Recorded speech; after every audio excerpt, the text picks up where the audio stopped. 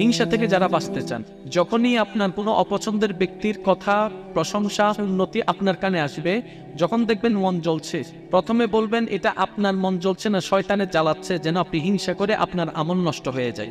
এই প্রথম শয়তানের এই চালাকিটা বুঝে আপনি সাথে সাথে ওইটাকে দমানোর জন্য কি করবেন?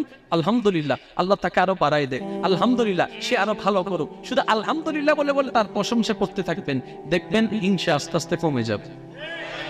তাহলে হিংসা নষ্ট করার এক বড় হাতিয়ারের নাম কি?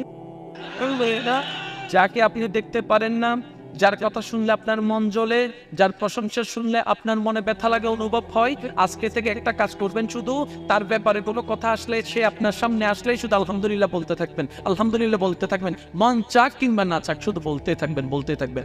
একদিন দেখবেন আপনি জয় হয়ে গিয়েছেন, কারণ আপনি রহমানের বান্দা।